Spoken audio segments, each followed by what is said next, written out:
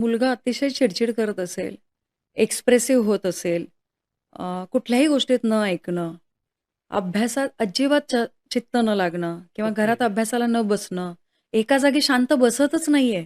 Okay. ह्या लक्षणावरून आपल्याला लक्षात यायला पाहिजे, की ह्याला काउन्सिलिंगची गरज आहे किंवा हो, ह्याचं काउन्सिलिंग आपल्याला करायला पाहिजे.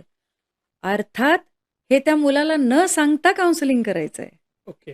कारण आपल्याकडे काउन्सिलिंग म्हटलं, की हं. आपण अरे बापरे! ही भावना जी येते ना, ती नाही आली पाहिजे. हे स्मूथ वेवर काउन्सिलिंग झालं पाहिजे. तर ह्या सगळ्या गोष्टी दिसल्या.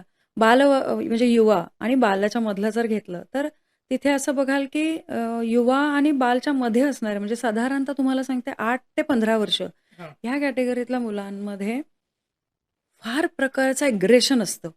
हो, आणि ते अग्रेशन पहिल्यांदा घरात निघतं. कारण बाहेर एक इमेज आपण कॅरी केलेली असते. करेक्ट. मग ते मुलांना हे सांगणं, की आपण बाहेर जी इमेज कॅरी करतोय किंवा आपली जी इमेज आहे ती बाहेर छान कॅरी केली पाहिजे. हां, घरातही ती तशीच छान राहिली पाहिजे हां. आणि याचा इम्पॅक्ट तुझ्या फ्युचर येणाऱ्या पर्सनॅलिटी डेव्हलपमेंटवर व्हायला पाहिजे. तर या अशा वेळेस फार महत्त्वाचं होतं कारण त्या मुलांमध्ये फार दुविधा मनस्थिती असते. डिसिजन्स लवकर न घेणं हां. किंवा मला हे नाहीच करायचंय, मला माहीत नाही काय करायचंय, मी हे करूच का नको? ही हो. मनस्थिती असणं.